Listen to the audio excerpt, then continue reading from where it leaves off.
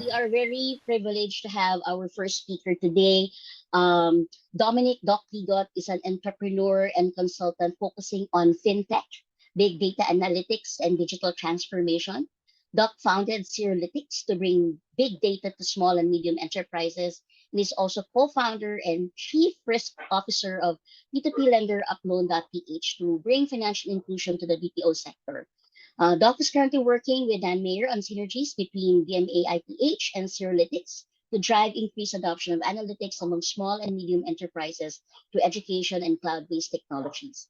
So he's a frequent keynote speaker, no? He's invited everywhere right now. Busy, see Mr. Ligot on disruptive innovation and cultural change brought by data. As a trainer, he also is an SME and instructor for digital marketing analytics for the Certified Digital Marketer CDM program, and also teaches for the Accredited Financial Analyst or AFA program and various financial analysis courses on MS Excel and open source technologies. He brings to his engagements more than 17 years experience in data-driven decision making, data management, and analytics, previously serving as practice partner for advanced analytics for leading data and analytics company Teradata. And prior to that, he was head of global risk analytics and regulatory at ANZ Bank and vice president for consumer lending at HSBC. His international experience spans from all over, okay, Southeast Asia, India, China, Turkey, Australia, and New Zealand. Okay, Doc is a certified risk analyst for the American Academy of Financial Management and a member of the Association of Certified Fraud Examiners. He has a degree in business administration from the University of the Philippines and certificates in data-driven marketing and advanced marketing research from Cornell University. So, huwag na natin patagalin. We want to learn a lot. We want to understand, okay, how AI is going to affect us educators and how we can harness this power. Please welcome Mr. Dominic Ligot.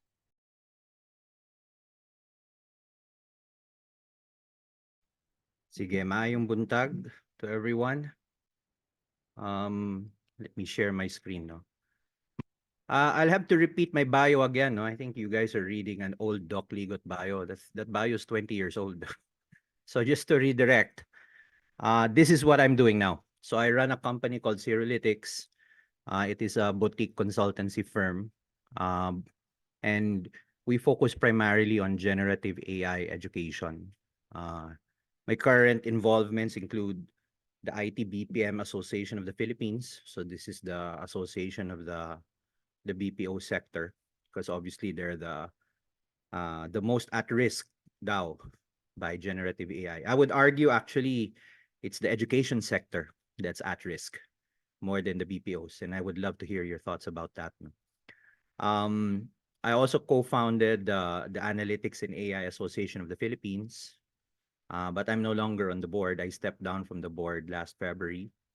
A lot of my work in the AAP was about education as well. I run a group called Data Ethics PH.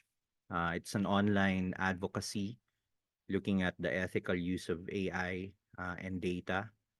And I currently sit on the board of the Philippine Center for Investigative Journalism, where I also help journalists fight fake news, disinformation, deepfakes. I'm also in the academia, so I co-authored the master's degree in Applied Business Analytics in the University of Asia and the Pacific. So yan ang mundo ko ngayon. Yung bio na yon was a previous life when I was still working in banking. But actually, maybe it's also good someone brought it up, because in many ways, the problems I used to deal with in banking, which is data, is the same problems I see in education. It's what I see in journalism. So there's very, very similar problems and strategies. And fortunately or unfortunately, AI is going after the education system first. For the longest time, banks and telecommunications companies, which was the bulk of my former life, they've already been using AI, in many ways. But if you think about the way we teach, many of our methods have not changed in the last 200 years. A lot of the stuff we do is still based on 19th century methods with a few tweaks. So I feel that needs to be highlighted because if we're going to talk about the impact of AI in literacy, we really have to face the fact that we are in a very outdated profession. Sorry to say it. But that doesn't mean it should stay that way. And hopefully, after today's lecture, you pick up something that we can apply. On the AI front, just to give more context, a lot of the work I've done in artificial intelligence. So I've been in the AI space more than 10 years, about 11 years now. So out of my entire career, AI is the most recent. And unlike a lot of other people whose exposure to AI is primarily commercial, my exposure is both commercial and in the SDGs. No? Someone mentioned education. I've also been quite active in public health, in food security. And again, everywhere you look at all of the 17, I think 17 SDGs, the core issue is still data. Unfortunately, many people who join organizations like UNICEF, WHO, don't really join it because of the data. No? They want to help people. So let me be the first to say it has to start with data. Talagang data is the new oil. It's also data is the new pollution, if you think about it. Some of you may have heard of a project called Sparta. So I was the principal author of Sparta. I was one of the people who lobbied it with the Department of Science and Technology and implemented by the DAP. It ended already in 2022, at least the original version. I think DAP continues Sparta today under their own program. But I want to highlight Sparta as an inspiration for all the educators here that it is possible to do mass education. We trained more than 40,000 data professionals with Sparta. And many of them didn't finish. I'd say the completion rate was about 25%, which is above average, for an online course. But I am positive that even people who did not complete Sparta were able to leverage it for their careers. No, there's a lot of teachers who actually took Sparta, and I think that should also tell us about how education is changing. When we surveyed the people who took Sparta, the ones who did not finish, many of them said we really didn't need the certificate per se. We just needed particular skills, no? So, and that gave birth to the term micro credentials, which I think is something we need to think about, because part of the challenges of our education sector is we're very rigid, no, by the way we define credentials. But in reality, in the labor sector, what companies are looking for are qualifications. So in some alternate universe, qualifications talaga ang habol. But we use credentials as a proxy for qualification. Parang kanina, my credentials, 20 years old credential was used. But that is not my qualification to talk to you today. I want to share with you what I really do with generative AI and what I've been doing in the education sector. Which brings me to the last, siguro going on 14 months. I started actively talking about Gen AI mga around a year ago, January. I was one of the first to use ChatGPT as early as August 2022. I was part of the research release. OpenAI, who was an unknown company at that time, they put out a call for beta testers. So I was one of the few volunteers in the Philippines. And I obviously found it a very groundbreaking tool. I had a feeling it would be big. And it was so unexpected because who knew that chatbots would be a big deal? Of course, when the public saw it in 2022, in November 2022, the pickup was quick. But for some reason, the Philippines wasn't very noisy about Gen AI, which prompted me to pick it up around March last year. My birth month is March. So I said, pag pumalo yung birthday ko and no one's talking about Gen AI, I will do it. And I've been doing that nga for the past year. I've also started giving public seminars. In fact, that's what I've been talking to Ma'am Jill about, how we can help the MEM community upskill in generative AI. And that's the agenda for today. Hopefully, the goal is just to get an intuitive understanding. There will be time later to get into something more hands-on. My goal lang sana is when people are asked, when you guys are asked about generative AI, you will really know what to say, as in intuitively. And of course, these slides will be made available to everyone para may kodigo kayo. I'm sure some of you already know about Gen AI, but my goal is mass education, starting with educators. So if we can hopefully teach all the teachers what Gen AI means, I think that's the first step in creating an ecosystem of Gen AI practitioners. So I'll divide my talk today. I've given about an hour or so or less to talk about Gen AI. I'll first get into some non-technical definitions. So this is not meant to be a computer science lecture. This is a Gen AI lecture. So I want everyone to at least be able to say what Gen AI is, what it is used for. I have a few ideas for strategies. In other words, if you or your school or your own profession will want to apply Gen AI, there's several ways to go about it. And then I hope to spend some time at the end to talk about the impact and the ethics. Kasi I think that is where a lot of the debate about Gen AI is. I had the privilege of reading some of the questions many of you sent before the session. Hopefully, some of those questions will be answered today. Sige, Gen AI muna. Let's start with what people generally say about Gen AI, which is actually I would say inherited from AI. Kasi AI naman is not a new term. But Gen AI is the relatively new mainstream term. And when people mention Gen AI, there are a few, I would say, assumptions that people make. First is you need to be in IT to use Gen AI. Diba? That's common. Next is you need to be some sort of a mathematician, statistician to use Gen AI. I'm sure some of you are. Third is you need technology, no? Servers, cloud subscriptions, high-end laptops, because Gen AI is a high-end tool. So you need high-end equipment. Number four, you hear this maybe later now when people are seriously considering Gen AI.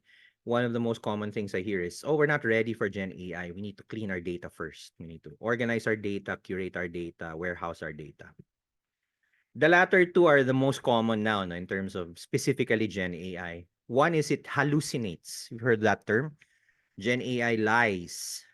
And then finally, and I plan to talk about this later, the term prompt engineering, which refers to the use of AI, it's already dead.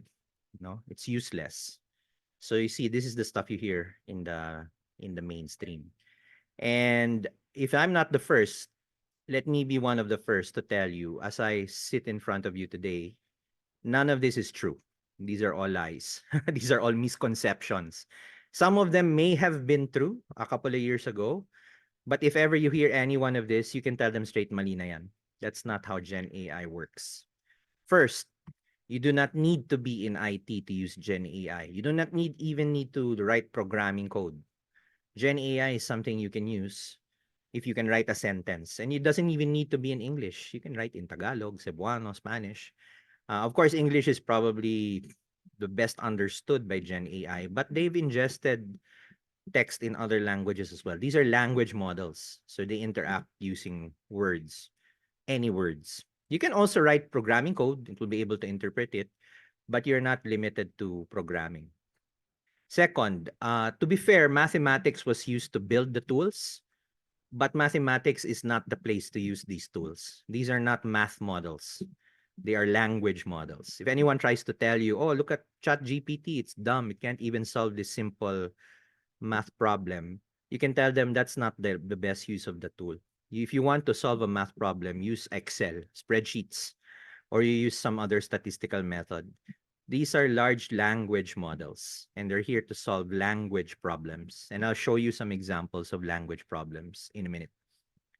Third, if you can access this Zoom call, you can use Gen AI. You don't need a high-end laptop. You can even use your mobile phone. As long as you have a good internet connection, which is obviously sometimes not a good thing, especially in some of the far provinces, no? Pero generally, if you have a decent 4G connection, parang 4G yata. Pag 3G, medyo spotty. 4G and above, you can use Gen AI. Number four, and this is where even the IT people raise their eyebrows at me. So the term GPT stands for Generative Pre-trained Transformer. So the letter P means pre-trained. And that means these AI already have data trained in them. So you do not need data to use them. Even if you don't have any data, you have a question to ask, go ahead and ask. However, if you have data, you can use Gen AI to cleanse that data. So it does not need to be in a structured form. It can be just raw text. Or you can even use Gen AI to transform raw text into something more structured that will fit in a spreadsheet. And that catches a lot of people by surprise because in the old era, you needed to have nice, clean data to train AI. These AI have already been trained. Now, that's also later a bad thing because we had no role in how these models were trained. So that means we will be subject to the biases and the problems inherent in that data. So I'll talk about that near the end of my lecture. Then you hear hallucinations. The right answer is it will hallucinate if you do not use prompt engineering. So if you look at everyone who's ever said, oh, look at how Gen AI says falsehoods, you look at how they prompted it. Chances are they did not prompt it properly. This is already the accepted norm. If you treat Gen AI like Google, mga isang tanong, isang sagot, be ready for hallucination. No? I'm so sure somebody used Gen AI to ask about my bio. Kaya they got the 20-year version. That's officially a hallucination. And then lastly, prompt engineering is not dead. In fact, it is the core skill you need to use Gen AI. Even if you're going to use Gen AI programmatically through APIs, the essence of it is still prompt engineering. Sometimes you hear that phrase prompt engineering is dead coming from software engineers themselves because they are not used to an environment where they don't have to write code, naninibago sila. And ako, since I'm not really formally from a software engineering background, I actually came from an accounting background.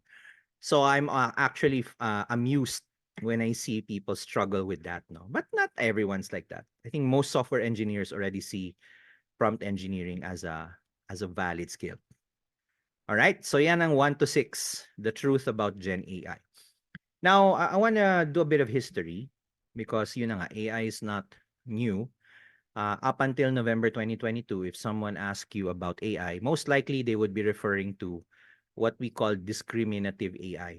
So discriminative AI, this is all the AI we've been used to in the past. The pattern is you have some data, you run an algorithm with that data to detect patterns, and then you use those patterns to predict. So everything from computer vision, language processing, regression analysis, clustering, so all those statistical tools, they deal with data in a probabilistic, discriminative manner. So you give an AI a picture of a cat, it'll tell you 99% chance that's a cat. Yun yung ibig sabihin nun. Or you give this AI a picture of a person pretending to be a cat, assuming the data was enough, the AI will be tell you, nope, only 1% chance of being a cat. It's probably not a cat. And as a result, we are used to dealing with AI this way. So I'm sure many of you have written your theses and dissertations and you've used some machine learning. Ganun yung approach, di ba? You have some data, Excel sheets, and you use the algorithm to tease out some sort of a relationship between predictors and an outcome. Now, when Gen AI came out, we were suddenly exposed to a different type of algorithm. To be fair, these algorithms are also not new, but because of the mainstream access, everyone started getting exposed to it. They call it generative AI because it generates data. So you give it a picture of a cat, it will create random new cats. No? That's the deep fake technologies. No? Or you prompt it with the word cat, and it creates a cat. Or in the case of the large language models, you prompt it with a question and it gives you an answer. So it's a totally different interaction. It uses some of the similar methods or math behind the scenes, like deep learning. But the point is not to make predictions. The point is to generate new samples. And that changes the game because we're not used to interacting with AI this way. A lot of the applications of Gen AI are related to content, text content, photos, etc. No? And so we're not getting probabilities, we're not getting numbers. It's not even quantitative, it's actually qualitative. So this changes the game. And most importantly, as you'll see later, because you do not need to use programming. In the old AI, you needed to know some programming languages or some specialized tools. While in generative AI, you literally just log on to the internet and ask a question. That means the access is also changed. And that's why most likely today, when people say AI, they would be referring to generative AI. Some of you might remember the term left and right brain, no? So we can use that as an analogy. If you're left-brained, you're very perceptive, logical, quantitative. That's discriminative AI. If you're right-brained, you're more creative, emotional, expressive. That's generative AI. So you see how they can complement each other. You know? They're also really good used together. No, so you can use data generated by generative AI to improve a predictive model of discriminative AI. Or you can use the output of a discriminative AI, which is trends and charts, and use generative AI to interpret it. So they're not a replacement for each other. They actually complement each other very well. Another thing I want to remind everyone, I would say 99% of you, my guess, uses ChatGPT like Google. Be careful about that because these are not search engines, no? Mga Google, mga Bing, search engines, they're databases. So when you put a query there, like who is Doc Ligot, it will retrieve a document that exists in the internet that matches that string. It's like a database. However, the large language models, they don't retrieve any data. They create data. They create data based on patterns they have learned. That's why hallucinations can be a problem because sometimes the created data may not match actual data. So be careful. Actually, as I'll show later, the best use of a large language model is to interpret data that you've already retrieved from somewhere else, or to translate data, or to summarize data. So those are the use cases. Don't use it like Google. Although there are some chatbots like Google Gemini, I think Bing, GPT-4, Perplexity, who are already connected to the internet. So in some way, if you ask a question, it may retrieve an existing reference and use that as a basis. That's still not perfect for me because sometimes the references they retrieve are out of date. So be careful lang about that. But if you have existing text and data and you use large language models to analyze and interpret it, that's the best way. So when these models first came out, one of the biggest criticisms was, para lang siyang autocomplete, parang ganun, no? And to be fair, that was actually the mission when these models were being created, no? If you're familiar with autocomplete, you're writing a search on Google, tatapusin ni Google, diba? Or you're writing an email, tinatapos niya.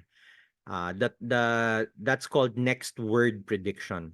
And that was really the way these large language models were first developed. They were training them to continue a sentence. Now, they perfected that already. So that's a perfected use case. In addition to next word prediction, you also have translation. So those were the two major use cases. But as Ilya Sutskever of OpenAI said, when we perfected next word prediction, we got something far more powerful, something they did not expect.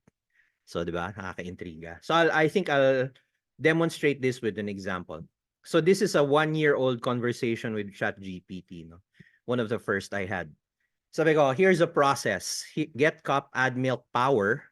I misspelled powder accidentally, no? Add sugar, add coffee power, add ice, drink coffee. What's missing from this process?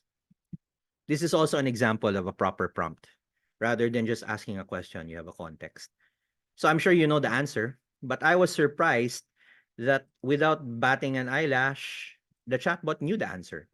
Forgot to boil the water, you forgot to brew the coffee, forgot to stir, you forgot to strain, you forgot to add flavor. So your process should look like this. Get cup, boil water, add coffee, powder. So it knew that when I said powder pala yun. Brew coffee, add sugar, add milk powder. Stir well, strain coffee, add ice, add flavor, and drink coffee. So can you imagine how pleasantly surprised I was? Sabi ko, this is not autocomplete. This is something that understands what coffee is. Understands what drinking is. Diba? So this is not just an autocomplete machine. This is something that understands language. So remember that. It understands language. It understands context. But then you might be tempted to ask, so ito na ba yung doc? Is this the Hollywood Terminator AI, no? that will take over the world. I don't know. I don't think so. And the reason being, if you think about it deeply, I'm sure as you're listening to me now, no, ignoring the slides, do you see words in your head as I'm talking? Probably not. But if you do, you probably need to have some coffee. We don't. We don't think in terms of words. We write words. We produce words. It's the output of our thinking. But we also have other data at our disposal. No, we have sight, smell, taste, sound, memories, touch, emotions. So if you think of it in that sense, we have more data. While these models, all they understand is actually words. That's how they think. They look at word relationships. And that's something to ponder on, no? So that means, no, they are probably not the all-knowing AI that we are fearing, but they're also not dumb. Because most people are on the extreme. These models are either dumb or they're going to kill us. Actually, they're not going to kill us, but they're not dumb either. I would argue when it comes to text, these models are probably smarter than average humans. Think about that. Huh? But that means we need to also respect the way they think. And that means understanding words, the impact of words on these models. Which brings me to, what do we really use Gen AI for? And I was saying it's content, text, images, most recently video, sound. Uh, but that also excludes other things that people assume. Kunyari, when you hear someone say, "Oh, can we use Gen AI to predict, to forecast sales or predict the weather?" Probably not. To detect fraud. Those are use cases for discriminative AI, where you're looking for patterns. Pero when it comes to Gen AI, it's almost always related to text. Now, that might sound underwhelming, but then if you think about it, how much of our day-to-day work and life is based on content? Probably 90% or more. You know, you consume content at work, you read reports, you summarize research, you watch videos on Netflix, YouTube. Those are all content. And this is why it's counterintuitive how disruptive Gen AI is. We kind of dismiss it because it doesn't sound impressive, but then we realize it's already starting to infiltrate every aspect of our lives, no? So let's get to that, no? What do we mean by content? So prompt engineering, this is the skill, the task that allows you to communicate with AI. I think the term is bad because it makes it sound like some fancy programming language. Actually, it is not. It can function like a programming language. For example, these two images, one is a piece of programming code, JavaScript, and on the right is a prompt. They do the exact same thing, no? Count the number of words in this text and then output the result. I know this because I asked ChatGPT, please rewrite this prompt on the right into JavaScript or into Python. So yun pa yung isang interesting, no? Even if you're a non-programmer, you can write programming code. And that should be something worth reflecting on, no? About how these tools can work. So there are many chatbots you can use. ChatGPT is not the only one. No, these are some of the top ones that I use in my classes. No, Google Bard, Perplexity, Copilot, Poe, Mistral, Claude, Llama 2, and Chat PDF, which I'll explain later. So these are all large language models. And image generators, marami na rin, no? The most popular is Midjourney, but you also have Adobe Firefly, Stable Diffusion, Runway, Microsoft Designer, and Krea. I'll explain what they do later. So some of them are free, pero for the most part, the image generators you have to pay a small fee to use. So there are many na, no? Before it was just Midjourney and ChatGPT. But in all cases, the secret sauce is this. Prompt engineering is basically how you send instructions to the chatbot. And as I was saying earlier, most people will treat it like Google. Itong blue lang yung gagawin. You ask it to do something. Please do this. Please draft me that. Please understand this. Give me a definition of that. So nagiging ano lang siya, parang question and answer bot. But the secret is, if you supply it with a role, you can give it a persona. You are Steve Jobs. This is my business problem. Tell me what you think. You'll get a far more superior answer. If you ask questions, if you provide examples for it to follow, if you prescribe an output, you will be surprised how powerful these chatbots are. I'll give you an example. No? So last year there was a protest in Amazon, the Amazon, no, in the States. Their workers were walking out. And so I saw that article, but I was too lazy to read the article. So I said, so I copied the entire article text. I put it in a chatbot. That's another thing pa that's counterintuitive. The chat box looks so deceptively small, but you can fit quite a lot of text in it, no? So sabi ko, read this article, and from this article, provide me the plot, the tone, the theme, the setting, the conflict, the characters, and the point of view.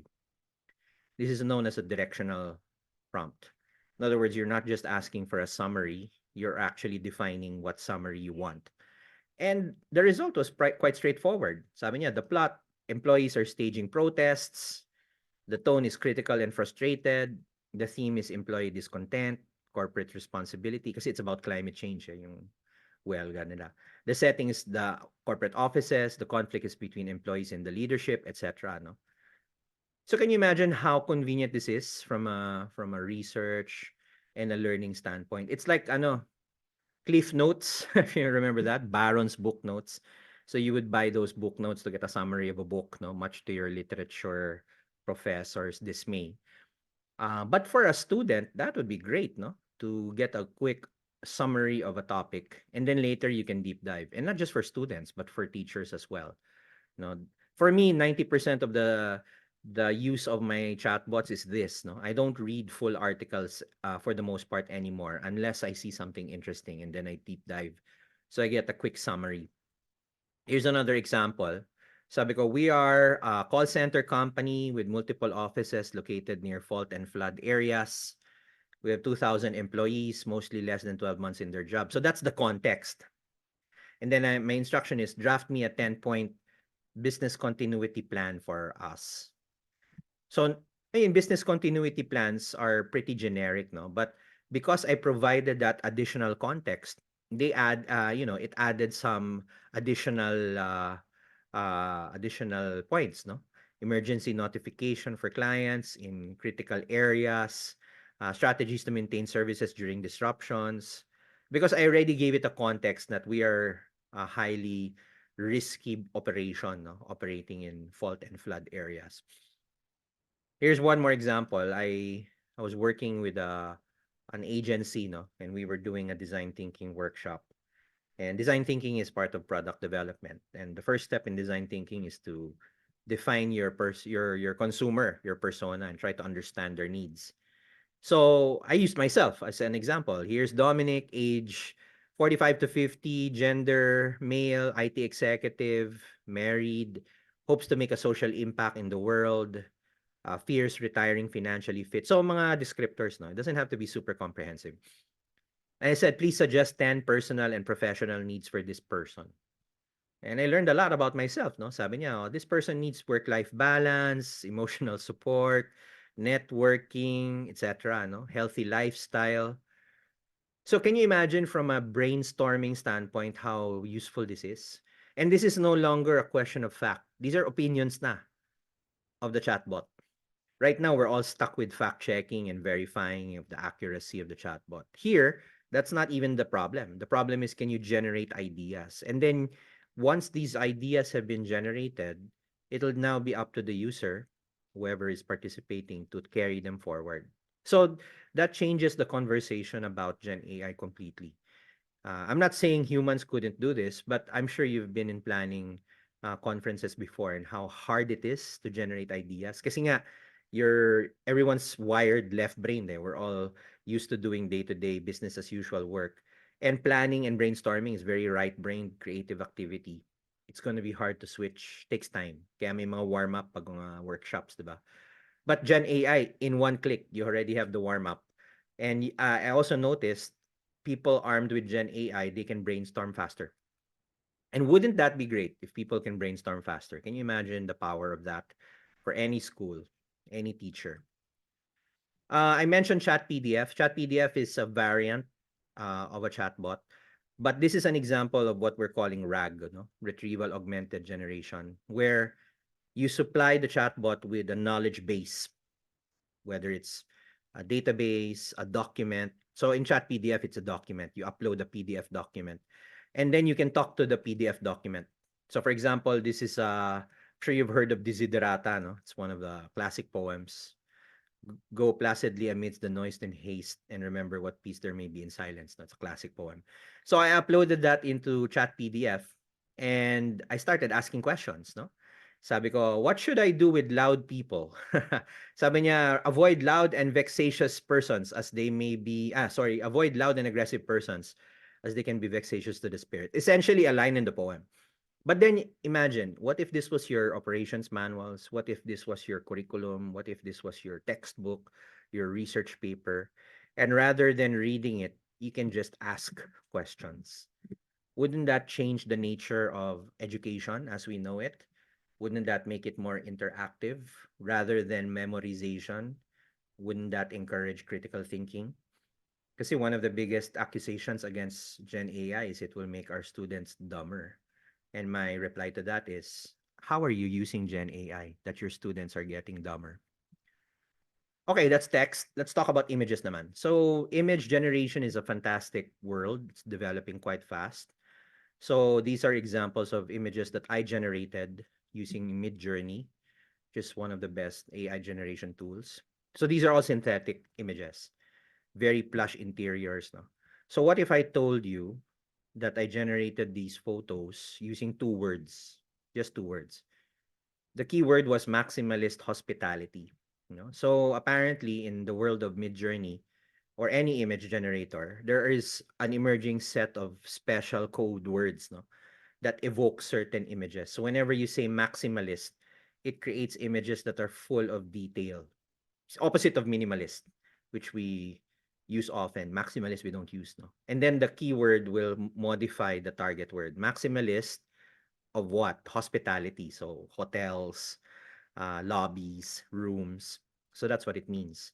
Without any further definition, ayan na lumabas. That's both in a way impressive, but also disturbing because we did not teach AI how to do this. AI kind of learned it on its own. And that's where the power and the risk also lies. No? Here's some more examples. Filipina model, black 19th century Gothic dress. So mga keywords, no? Photorealistic. And another example, battle mech walking in a desert landscape. So medyo mas story version. And that's what you get. I'm not an artist by any means, no?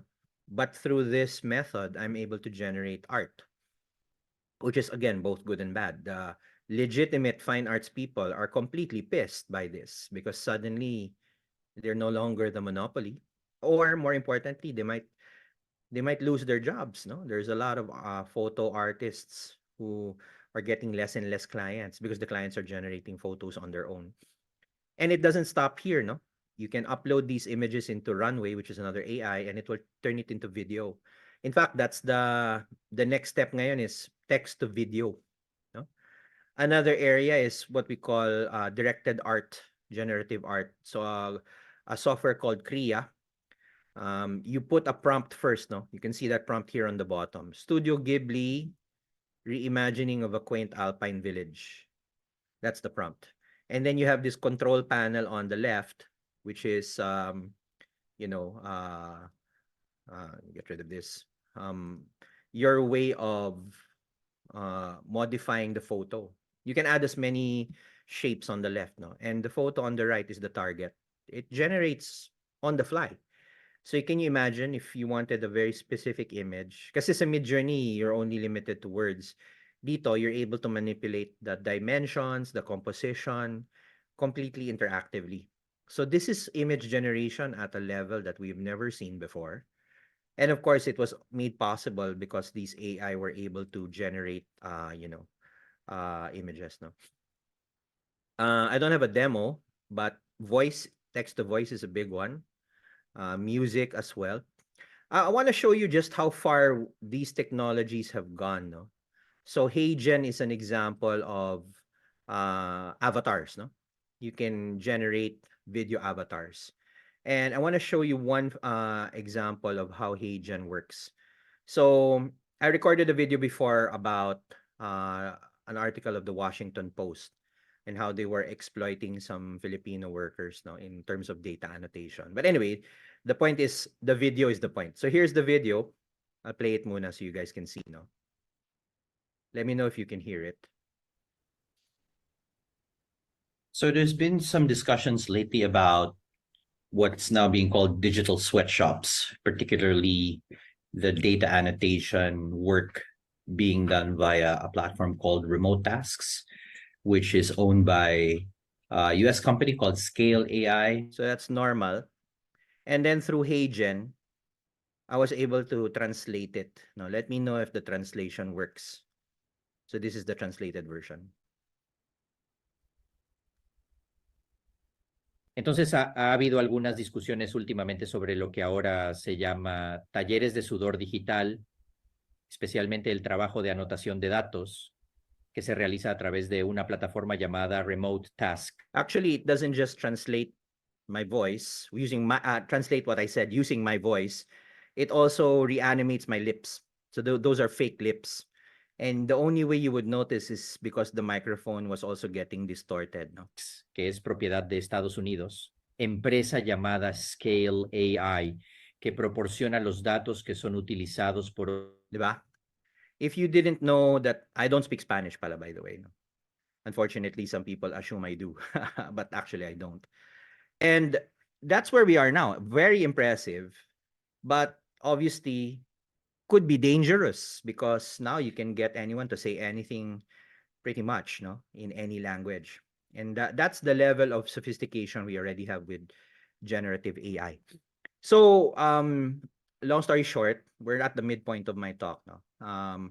If you remember Iron Man, he had an AI called Jarvis. I recommend you watch the original Iron Man again, no? You'll see it in a totally different light. Kasi lalabas, para siyang may chat GPT. You know, Jarvis do this, Jarvis do that, create this new element. And that's actually now the equivalent of what we have at our disposal, no? And if I'm going to summarize what Gen AI really holds in terms of potential, it's productivity. Imagine mo something that used to take days can take hours, something that used to take hours can take minutes.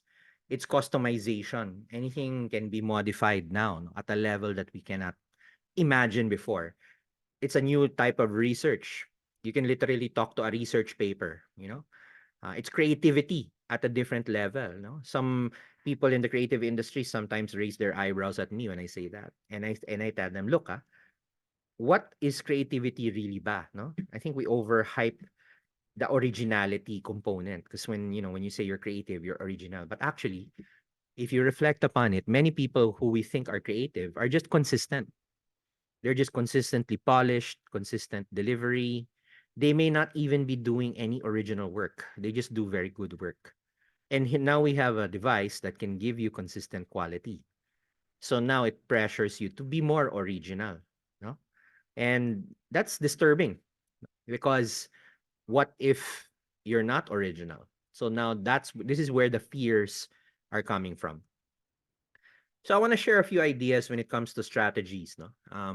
In a way, if we will get to the fears in a moment, pero let's say you really want to apply these tools productively in your organization or yourself, I think it pays to know, I think, certain ground rules, and then you build on top.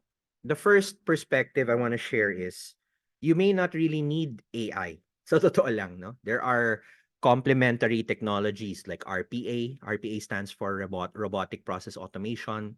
There's also analytics. It's a more classical term. And of course, there's good old-fashioned judgmental decision making. And that's fine, depending on the situation. So I'd like to divide tasks between a complexity and an uncertainty axis. No, complexity is how much data do you really need to do it, and uncertainty is how predictable is the outcome. So on the lower left, if you don't need too much data and the outcome is rather straightforward, that's perfect for mechanical automation. Don't do that anymore manually. Sayang oras. If you don't need that much data, but the outcome is still, ambiguous, that's perfect for human decision making, human only. Use your experience, your gut feel, your judgment. But maybe the caveat is if you can gather data about it, That would be ideal so that you can later automate it. Now, on the right hand scale is where it gets complicated because there are many decisions that require a lot of data. So if you need data, but the outcome is straightforward, my best example is my days back in banking, no? Where uh, the decision to approve a credit card, for example, you need a lot of data to do that. You need the borrower history, their income documents, their collateral, if ever. But the outcome is still approve or decline. Very simple. Then analytics is the best place. Many of our decisions are actually powered by analytics. Analytics means humans make decisions powered by discriminative AI usually. Then the upper right hand quadrant, this is where it gets interesting. No, this is the new space. You need data, but the outcome is ambiguous. Everything from planning, copywriting, art, marketing. I would argue this is the best place for Gen AI because Gen AI has that ability to manufacture information. And then you judge afterwards what the appropriate approach is. For example, design thinking is one great place, no? Marketing, content management. So you flip the relationship, AI in front, and then humans set the parameters via the prompting. No. Anyway, that should help at least determine which solution is appropriate for which which situation.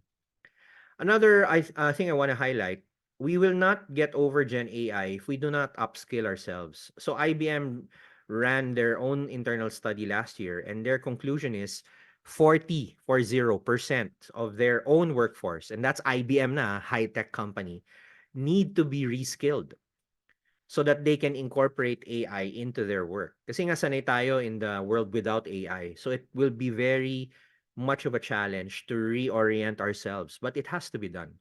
Otherwise, the revolution will happen without us. Or worse, it will happen at our expense. So this is where skills profiles come to the picture. So this is the emerging profile that I've been working on with the BPO industry, for example, and other industries. And I feel it also applies to us. No?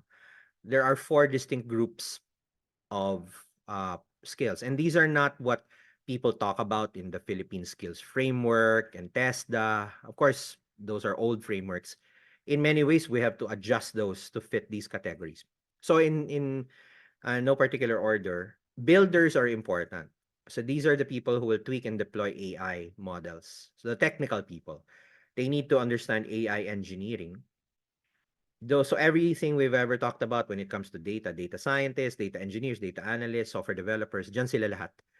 And for the most part, that was usually what people talked about. These are the right skills. But actually, those are only 5% of the population. I think that was a big mistake. Kasama ako doon, no? With my work in the AAP. We made a big deal about these technology, lords of technology, but they serve a very specific role.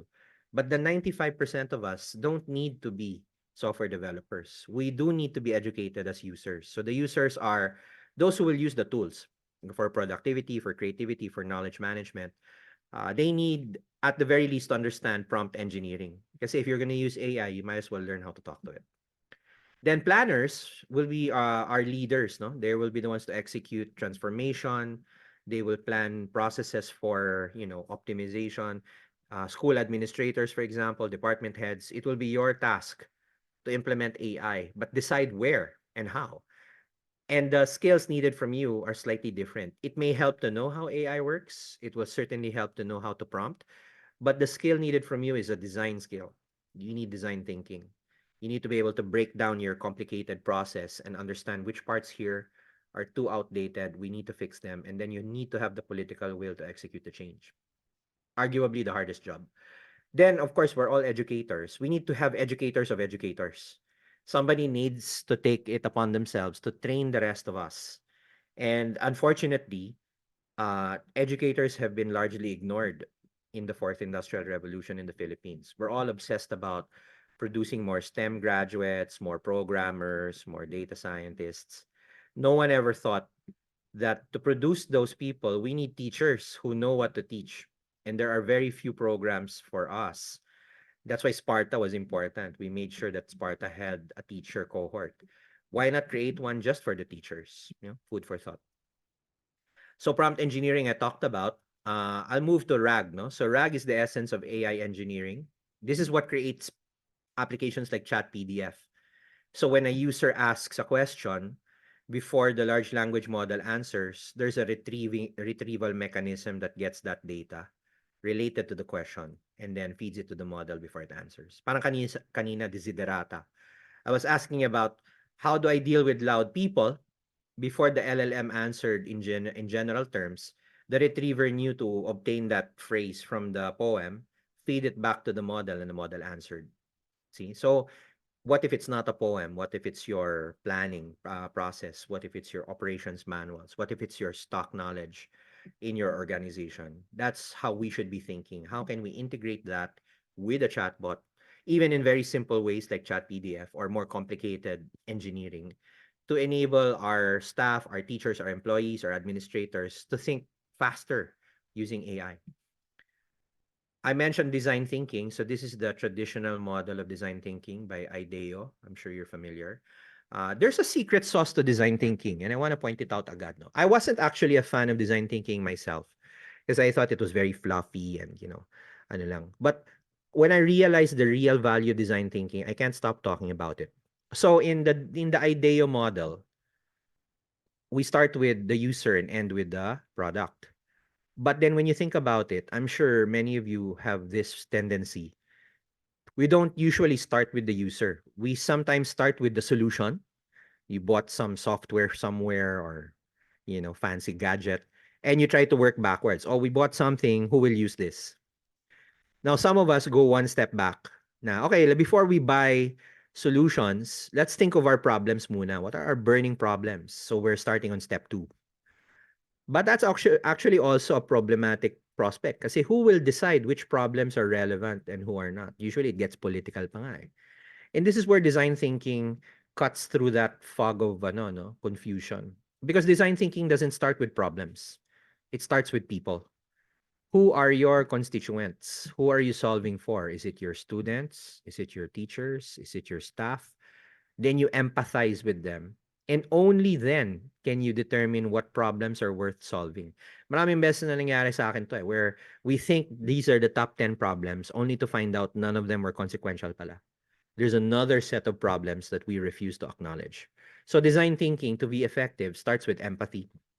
So where does AI come in? Empathy will always be a human thing. So you should not involve AI in empathy. But once you've already done the empathy work, AI can come in and help define the problems, define the solution, prototype the strategy, and then you test the idea with humans again. So it starts with humans, ends with humans. So that's the secret sauce with design thinking. And going back to exactly what do you do with AI? So you've seen the applications, the large language models, the image generation tools. It really redounds to 3 things ulit: productivity, creativity, and knowledge management. And recently, the Harvard Business Review have started to identify typical use cases na. This is not to say these are the only things you should use AI for, pero you might get ideas from here, no? A lot has to do with technical assistance. You can look at what parts of your curricula or what parts of your pedagogy do people struggle with, and maybe AI can assist there. Everything from troubleshooting, formulas for Excel or any other subject, translation, how to improve code. So a lot of it actually started in the technology sector. Is there an equivalent technical assistance for education? Anything related to content creation, from drafting a document, adjusting the tone of an email, drafting an email, editing text. This is actually a source of some dismay for a lot of teachers because the essays your students are submitting are probably content creation by AI, no? And guess what your first instinct is? Ban the AI, no? Rather than work with the AI. Personal and professional support, you can use AI chatbots for therapy, no? You can program them specifically for certain responses or to be a teacher's assistant. Edit your CV. You can upload your CV in chat PDF and ask for some advice. No, I got a lot of good advice. Number 4 was to give a talk in MEM. Learning and education, explore topics of interest, enhanced learning. I think this is par for the course for us. Always leave space for creativity and fun. And research, no? You can consider it an extended part of the literature review. down to evaluating copy. One of the first things you should tell your students, don't ask AI to write your paper, but you can certainly ask AI to review your paper. Okay, that's the compromise. And decision making. So which brings me to I think we're at near the end na, no? I want to talk about the dark side of AI. No? This is this is it, no? Um, Kanina we had maximalist hospitality. So now we have a different type of maximalist. These are images also flush with detail, no? Para siyang Mad Magazine illustration. You remember Mad Magazine? So this is maximalist journalism. So you see, just change the second word, iba na yung images na lumalabas. Now I presented these images in the Philippine Press Institute the other day, no? And I pointed out that yes, these are nice photos, but do you detect an obvious problem? I never made a reference to any gender. But for some reason, 3 out of the 4 images, sabay siyang lalabas yung 4 na yan, were men. They're all white. And it makes you wonder, no? When the AI was being trained, is majority of the journalist images actually that of men? You don't know eh. And then on the flip side, we have another example, itong Gemini, no? The Gemini incident. Gemini is the Google Bard na advanced. Somebody asked Gemini, give me a portrait of a famous physicist of the 17th century. And of course, historically speaking, most of the physicists of the 17th century were actually white males. And then dito lumabas female, very diverse. In the ideal world, ganyan talaga dapat. But in the 17th century, si Marie Curie lang yung naalala ko. And I think she was a chemist. Si 1943 German soldier. May babae, may blacks. So clearly, there was some guardrails put into Gemini to make it more diverse, which is not a bad thing. But now the diversity has gone overboard, and it's now tantamount to disinformation. You're now rewriting history in the name of whatever woke ideology you have. No. Now I just want to point that out that we now have two extremes. We have one bias because of data and another bias because of ideology. And both are actually incorrect. So this is the problem now with dealing with models that we did not train. And this is now the root of many of the fears of AI, no? Everything from jobs, academic dishonesty, copyright, privacy, monopolies, misalignment, digital divide, disinformation, and the climate impact. Actually, these last two I ring fence because I don't think they're solvable just yet. AI detectors are not effective. AI struggles to detect AI work, no matter what Grammarly and Turnitin will tell you. They don't work. No, be careful when you use them. You might get a false positive. In fact, there's a growing number of false positives already, and it only takes one case to end your academic career, no, because of false positives. And climate impact. To develop these models, you need GPUs, no? Those are notoriously energy hungry tools. And right now we don't have any algorithms that are using less power. Palala ng palala. But on the flip side, the rest can have a more balanced outcome, no? We don't know what jobs this will create. We can only speculate on job loss. If we can get over the academic challenges, AI can actually be a great teaching tool. If we can get over the fears of artists on copyright, this actually can produce more artists. I was just talking to the creative industry yesterday, and I was telling them for 100 years, you know, photography was not considered art. Democratized innovation, differential privacy, productivity, and convenience. So I want to talk a little bit about regulation because right now people are already talking, how do we regulate this? So last year, within the same week of each other in June, and Japan said AI will not be subject to copyright. Very progressive. But the EU naman published copyright rules. So this tells you that countries are not aligned. They cannot agree yet on how to regulate this because AI has just been so disruptive. It affects everything. In fact, Stanford University ran a study And they looked at ito yung mga major AI companies, no? And this thing on the left, these are the clauses in the EU AI Act, no? Each dot here is a compliance, no? So they were checking how many of these companies, how many parts of the EU AI Act do they comply with? Anyway, long story short, you just look at the number on the bottom, no? None of them fully comply with the EU AI Act. And that's the reality talaga. If you're the first country to regulate AI, you may be the last to benefit from its potential. And even in the Philippines, there's some emerging regulation already. Senator Marcos is looking at jobs. Salceda is looking at copyright. Barbers wants to create an AI development agency. Ataide wants to protect labor, etc. Mark Go, who I'm supporting actually, wants to educate 1% of Filipinos in AI. I think that's a worthy goal. But how do we do that? It's still medyo unknown. No? Now, specific to education, I think these are the key issues. How do we enforce fairness? Kasi we didn't train those models. Eh. How do we enforce transparency? It's okay to use AI as long as you admit it. Okay. How do you create accountability? If you use AI for your work, you take accountability for its flaws. And right now, parang double standard. You know, AI artists want to take credit for AI art, but they don't want to be liable for copyright. Diba? It's kind of a conflict. Human oversight, regardless of how much AI you use, the human needs to be on top. Cannot let AI get away with anything. What about accuracy and integrity? Acceptable use, I think that should be the most progressive topic in education. Crafting a series of commonly accepted rules on when AI can be used. Ethical development of the models themselves. Right now, kasi we're too dependent on AI developed abroad, and that can be a problem. And then equity and access, especially internet. If you don't have internet and you use these open tools, wala, you can't use them. Although it is theoretically possible to download them to your laptop, but it doesn't come without its difficulties. I have an emerging framework that I'm also piloting here. No, I call it the 4 E's framework. It's more a holistic way of thinking about AI. Certainly, the engineering of it needs to be discussed. What are proper ways of developing models, the right way to handle data, the algorithms. Education is also a big part.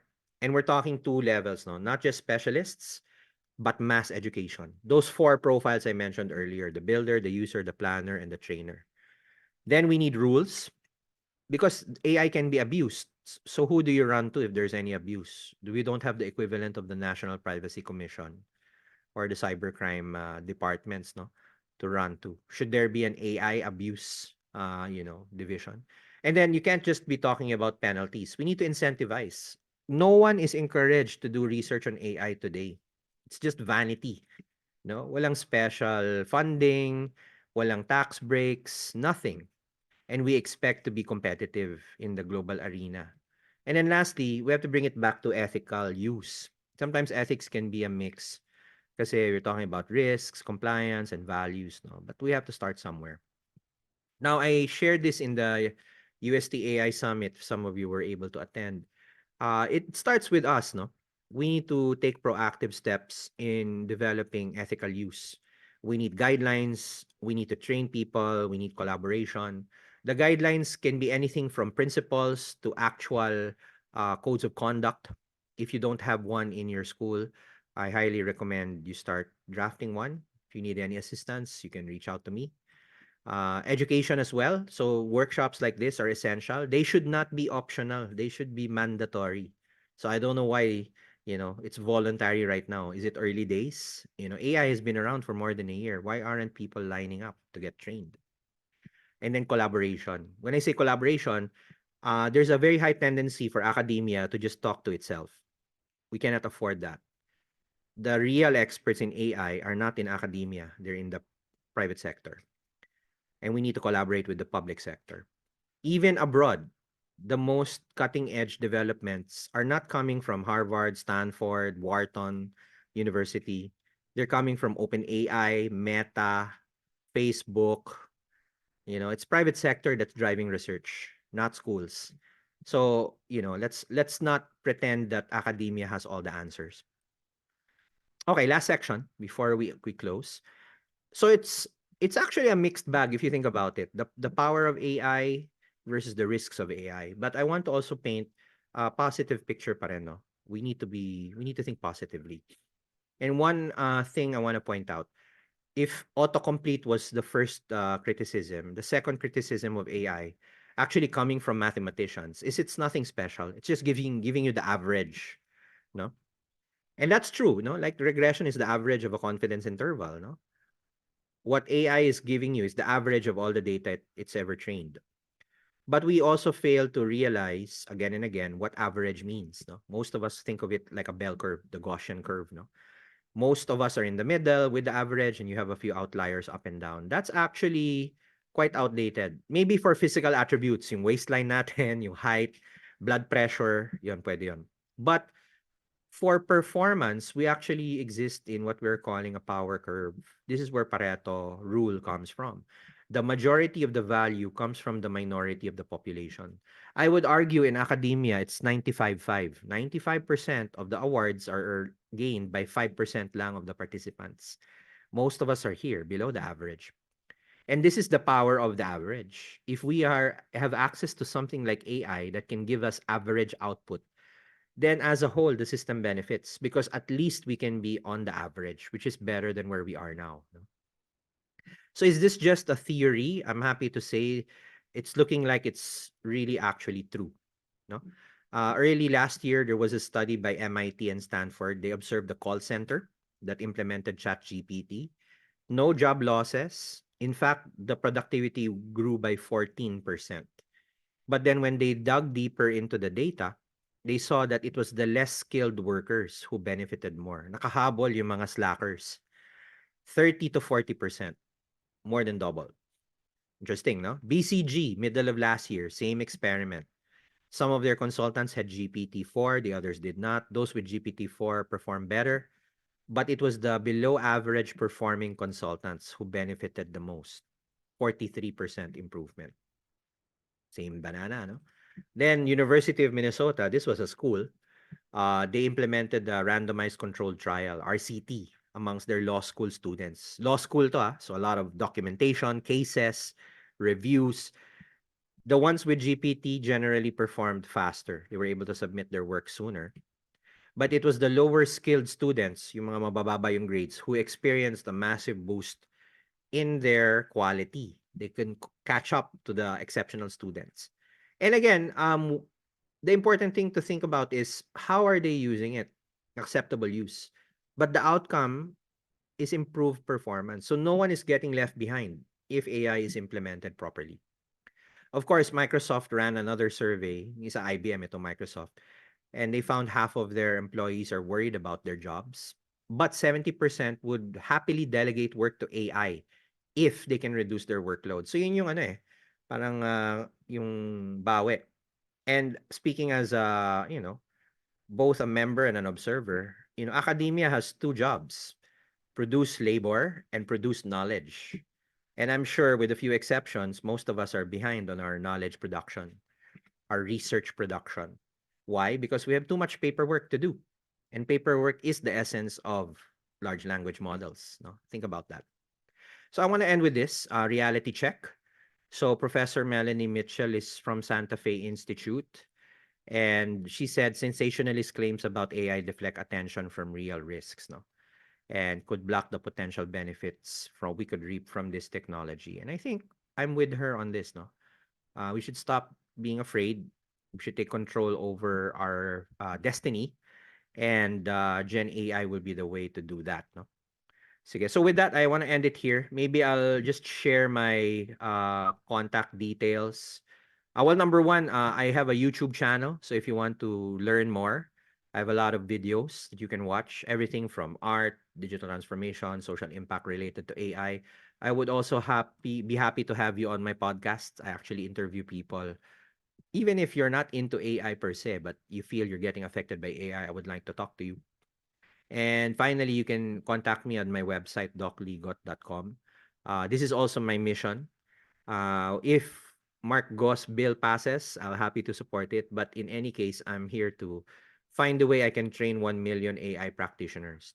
And I think we need 1 million para lang may 1% man lang of the population who's using AI. I don't even think there are 10,000 people who are using AI right now. We need far more. Kung ma-approximate natin yung Project Sparta, 40,000, that's still a drop in the bucket. We need 7 digits. And hopefully, the people listening here, you will be the first of those 7 digits. So, Ma'am Jill, thank you very much for having me. And yeah, I'll turn it back to you for the rest of the program. Thank you so much, Doc. No, and I'm sure while you were presenting, so many questions came about. Isip ng mga teachers natin dito, and we wanna actually welcome some questions right now. We can give around 30 minutes for this segment. If you have questions, then you can raise your hand. So I think one of the fear, no, and you mentioned this in your presentation, the biggest fear for educators right now is usually students' integrity in their work. And you mentioned, no, that it's really about actually harnessing this technology um, to master or to increase critical thinking rather than just using it as a crutch, but use this to improve critical thinking. Okay, so may questions ba tayo? We'll read some of the questions that you um, sent through the form. Okay, all right. Maybe, sige. Hmm, Let me just.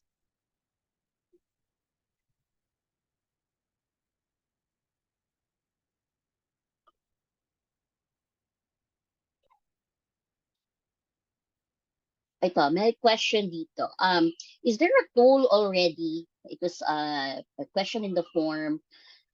A tool to for lesson planning. I think can Chat GPT can do that, right, Doc? Creating lesson plans. Yeah, there was a customized tool called learningstudio.ai or learningstudioai.com where you literally prompt an entire lesson. No? But yeah, you can use any chatbot for that. I think the key is how you can construct prompts that help with your lesson plan. Like I was helping an educator. Meron na siyang mga learning outcomes. And then you literally put that in the prompt. These are my learning outcomes. Here are my constraints. Please draft a 10-point syllabus for me. And then you can get a syllabus, put it there, and you can say, okay, can you give me a tentative lesson plan for chapter 1? Just keep prompting, no? And the idea is you won't naman use, I'm sure, the chatbot output parang copy paste. Pero it really speeds up the generation process. In fact, 'di ba Ma'am Jill, kung matuloy yung isang class natin, we can do a Yes. hands-on a hands-on session on prompt engineering for Yes. teachers. Yes. So natin 'yan, i-practice, no. Yes, just for we'll be giving more details about that, but this is actually an introduction to that master class that MEM and Cyrilitics, no, with Doc Ligot, we're going to have. It's a series of prompt engineering, so basically hands-on workshop talaga, so that you can really utilize all of these tools and work it to your benefit. So I guess one of the things that I parang napansin ko, no, na people there's still a stigma kasi na parang they don't want to admit. Maganda yung mention mo kanina, there should be transparency na hey, I actually use AI tools and there should be no shame about it. How can we communicate that and encourage more people, especially educators, kasi parang naunahan na kasi ng parang bad reputation yung AI. And so educators now are like, oh, kanina I'm sure they were kind, oh my students can easily, if they find these tools, they can easily submit an AI written essay. No, so perhaps how can we teachers really look at this more in a way that this will enhance our learning and not see it as a threat? Yeah, I'm answering something on the chat that is similar, no. Parang I think the reality. Yeah, does your kid use Chat GPT, Jill, no? So Parang ano lang yan, I said, parang sex education. If we do not teach them in class, they'll learn it sa labas and they will learn the wrong use of it. And right now in many schools, ang nangyayari is parang witch hunt, no? That's why there's a big pressure. Ano ba yung mga AI detector ganyan? I mean, think about it. At some point a good AI detector will come out. But I feel that this is now brought a fundamental flaw of our teaching system in front of us, which is how effective ba talaga are essays in promoting learning, 'di ba? We're teaching them how to write essays, but are we really testing their knowledge? And let's face it, even long before ChatGPT, people have been cheating their essays. There is an underground industry of essay makers, no? Lalo na sa NCR, you go to Recto, paggawa mo yan. Actually, even alumni themselves, nininegosyo nila yung mga essay writing. Let's not kid ourselves. It has been already, in a way, violated many times. No? So now we have to check what's the best way to learn. Kaya nga, many of the teachers I've known will only use the essay as an indicator, but they plan to go back to oral recitation as proof. Or some of them are even more aggressive. Sige, by all means, use the chatbot, but then be ready to defend what the chatbot said or to criticize. So now, diba, it changes the the act of research from the ground level. And also we're also a victim of our own unreasonable deadlines. Kaya nga nauso si Baron's book notes those who are doing book reviews na pinagbabawal din dati. Don't use the book notes. You read the book, yes. Pero if you're giving us a deadline of 48 hours, I will never be able to read that book and understand it properly in 2 days. I'll go to the book notes. Same thing is happening to AI now. So I think it merits a really serious review of our pedagogy. And I'm not an education expert. You guys are, many of you are more qualified to talk about this than me. But all I know is AI will just accelerate the current trend. If the current trend is cheating, AI will just make it faster. But if the current trend is learning, AI will improve it. So that's one approach that we need to take. And I'd be happy to, start a conversation with you or some of your schools on how we can address that, no, and create better curricula. Right. And I think it's like, for example, sa MIL, no? So for the past year, especially during the pandemic, when there was a massive infodemic, a lot of organizations came up with MIL programs. And the framework for the MIL program is that you teach them what fake news looks like so that they can learn how to detect it and combat it, mitigate it, all that. And I think it's the same with AI. So if you know all these tools, then you've already parang prevented or not really prevent pero you know how to hindi mo na kailangan ng AI detection tool to detect that if it's AI generated because you're familiar with all the different platforms. And I like what you said that it changes the way learning should be done. You question now what the um AI platform has created, and therefore that increases your critical thinking. Um, there is a also like you mentioned kanina yung mga artists, no? Photography, and I think that's where really the debate is so hot these days, no? Especially with copyright, as it is very poor na nga yung copyright IQ natin in the Philippines. So how does that paano tayo where do we even start with that, because as it is parang getting images online, it's so people are so not aware that there is copyright. You just can't grab pictures from the internet. But with AI now, people don't Ang even put bilis. bilis. So where do we start? Yeah, well, admittedly, that's an open problem. And it predates AI, no? Yung paggamit ng mga images with royalties. In fact, there's an existing lawsuit between Getty, which is a popular Yes. repository of images, and Stability AI. Kasi nga mukhang nanggamit yung images nila to train. I want to point to the history. I didn't have this in my slide deck. No? Maybe I should have added it. The history of photography. In the 19th century, panahon ni Rizal, may photography na, but it was not considered artistic. It was considered documentation. You take a photo as evidence. And people could not accept that a box that interacts with light, no, the camera, is equivalent to an artistic tool. No, it reflects the artistic vision of the photographer. It was never seen that way.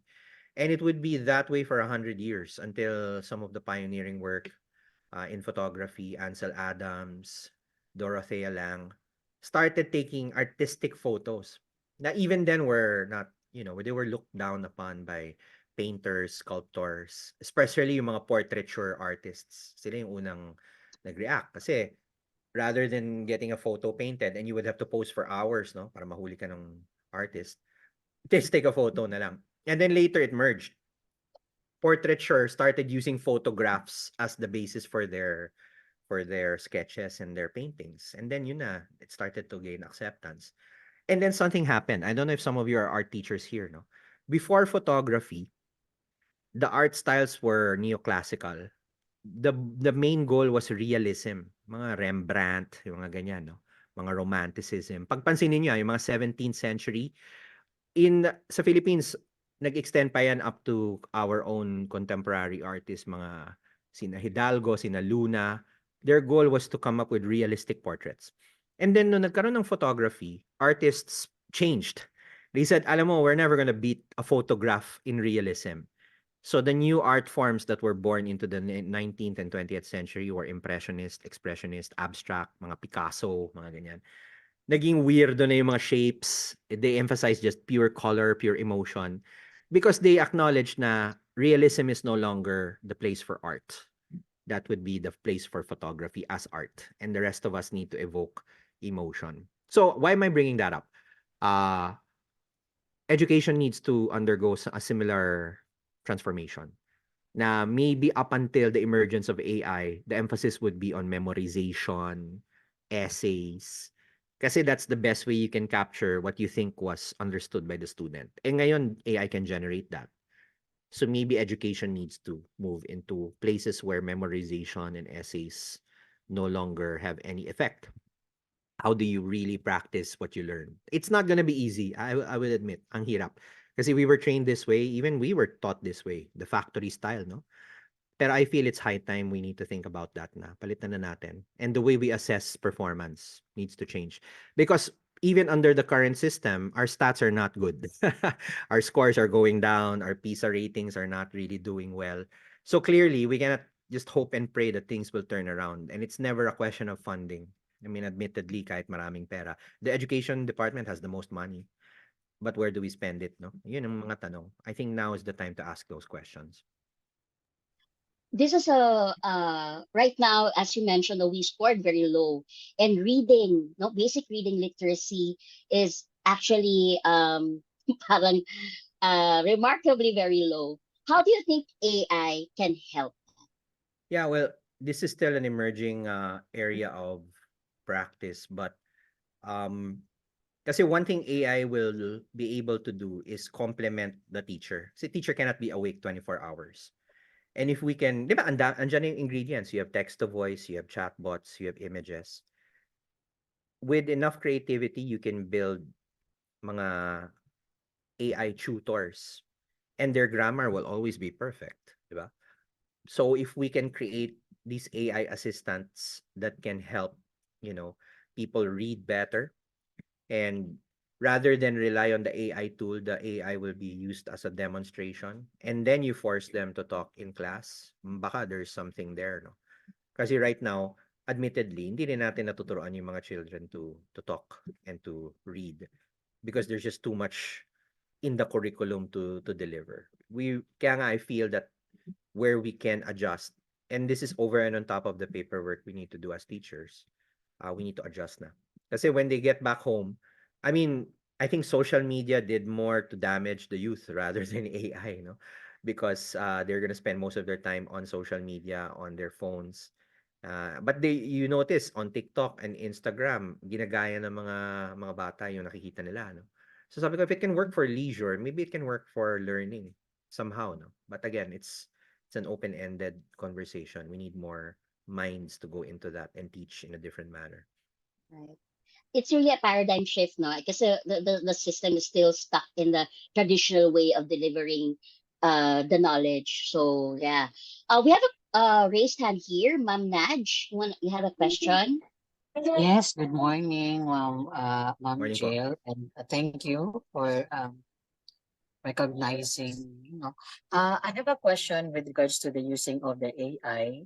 Sir, ano po, can as to the ethics no, in using AI, can we like, for example, if you're going to type or you're going to make a statement and then you're not really that confident enough with your statement and you're going to post in the AI, like for example in the chat GPT that can you help me refine the statement? But actually the idea actually comes from is coming from you, no? But the AI help you to refine your statement. Is that all right? No. And number two concern is that I also tried this in the AI. I actually composed the statement, the article, and then I posted it in the AI. Ask the AI, is this an AI generated article? And then the AI answered in a way na yes, this is an AI generated article, and I was really so shocked. I Yeah, don't know what yeah, that's happened. why yung number 2 muna, don't ask AI to validate AI. It will not work. Kasi number 1, I'll give you the before I answer number 1, no. Yung the way a large language model works, it has confirmation bias. It wants to please you. So if it detects na you want to detect AI, it will detect AI for you, no? Even if it was not true. Kaya you have to work around that constraint. You should never use AI as a source of knowledge or a repository of knowledge. But you can connect it to a repository of knowledge, parang kanina, yung chat PDF, and then you can ask questions about that material. In your first prompt, that's actually a better way of using it. You already have a thesis statement, and you ask the AI to validate it. In fact, you can go many steps further. No, we'll do that in our prompt engineering class. One of my favorite prompts, for example, is I get an article, I paste it, and I ask the AI, what are 3 ways this article can be misunderstood? Or even your own statement, what are 3 ways this statement can be misunderstood? And it will give you parang arguments against your statement. And then you get to test. Na, oh nga, no? The way I wrote it must be confusing or might be misleading. It can generally help you think better. Kasi nga, it's hard to fight your own confirmation bias for yourself eh. But you can use an AI to criticize you. No? Pero yung pangalawa, that's actually a very dangerous prompt, no? Kasi nga you're asking AI to detect other AI. In the first place, they have no access to other AI. So it's going to be very hard. And even yung mga current attempts, like you paste examples of AI-related work, and then you ask the AI, is this similar to that? Most likely sabihin niya, yes, it's similar. Pero actually, it has nothing to do with the authenticity of of what's written. Kaya nga I feel that that's a dead end, even if later on we get better AI detectors. I feel we need to be able to work with the AI na rather than trying to stop it. Sir, just a follow-up question po. Okay lang po, Ma'am Jill? Sure, no problem. Yeah, ma'am, sir. So if that will be the case, the AI actually rephrased my statement. Is it still valid that I will claim that as my work? So there's already actually some institutions require you to disclose that you used AI to modify your work. May iba wala namang kaso. I think the challenge will be really when it's a copyright violation. Then, kunyari, you copied someone else's work and then you ask AI to rewrite it. Yun, that's a clear, parang pseudo plagiarism na yun. Pero yung being transparent about using AI, I feel, this is just me, that's just a short-term concern. Parang ano lang yan, Googling eh, di ba? Do you still admit to people that I Googled for my research? Noong una, when the internet was new, it was a big deal. Naalala ko pa noon, we were being discouraged to rely on Google. We were being asked to go to the good old-fashioned library, get a library card, look for the Dewey Decimal number for a certain subject. Kasi nga the library is a vetted source of info, but it's also very outdated. I doubt your students still go to libraries if they did. The best place is to go to online references. And they don't need to say they got it online as long as you cite it properly. So I feel that's going to be a temporary thing. But I don't think it hurts to admit that manuscript by me with some edits or some ideas sourced from ChatGPT. May iba nga, they tried citing ChatGPT as a source, which I don't think works in a journal. So I feel that that will now fall under your acceptable use guidelines on how you want to enforce the use of AI. Thank you for that question, Ma'am Naj. Ako personally, just to share, okay, I use Chat GPT, for example, if whenever I want to write something like I need to write for my column this week and I run out of ideas. Like I have a small idea, but I want to develop it. I actually run through Chat GPT just to spark the ideas. But at the end of the day, it's still me who's gonna weave everything together, put my voice into it, and really make it my own piece of writing. So I think that's where the difference lies, no, between just copying what ChatGPT wrote and writing something on your own, but assisted, but was just merely getting some ideas from it. And I like the idea that it really, yung sinabi mo kanina, Doc, na yung teacher assistance, because diba, yan yung problema ngayon ng mga teachers eh. Like, there's so many tasks, there's so many paperwork that's being done, wala nang monitoring, actual monitoring ng students, but perhaps if we actually have a tool wherein it automates yung mga standardized tests, of course, that's easy. And then now in creating assessments, essays are really dead ends. So teachers now should really develop authentic performance tasks. And which could, they could also integrate AI there. Pero now we're looking at actual products, not just digital products, but actual products. So you mentioned kanina design thinking. They could use design thinking with ChatGPT, come up with social innovation, and actually do a social innovation like a project, diba? A social action project, all that. I think parang dapat doon papunta so that AI can really be more useful to society rather than a threat. Okay, so there is a question here. So I think this can be our last question. Personally, I think despite being teachers or educators, we still face a challenge of effectively using AI tools to improve learning outcomes. Parang really still need to undergo comprehensive training on AI use in education, especially po that there are negative notions. Or so it's not a question, it's yes. So I really hope that we can all join our master class, no, where we can really learn how to prompt, use them really effectively, because it's like really having this technology but not being able to maximize its potential. So when you know how to maximize its potential, then eventually alam nyo rin how to manage, the threats, the risk, and all of that. So Doc shared here the LCBA guidelines on AI-assisted technologies. We have some school administrators here in our Zoom room. Doc already, shared, already reach out and said you can reach out to him if you want you want to consult with him if you're still starting on your AI adoption in school. You can do that, but most importantly, please join us in our plan masterclass this May, and we're going to be giving you details on that. And I think now let's start thinking about or changing the paradigm. Let's stop feeling guilty for using AI, but instead let's be more transparent and be more responsible with using it. No, so I think that's where the conversation should start to go. So So Ma'am Jill, yes. I'm sharing here yung Mm-mm. link kanina, no. I'm not saying this is parang the best approach, but it seems to be a workable one. Nakalagay dito, authors should not list AI as a co-author. May mga ganun nung una. But should disclose in their manuscript the way they used it. No?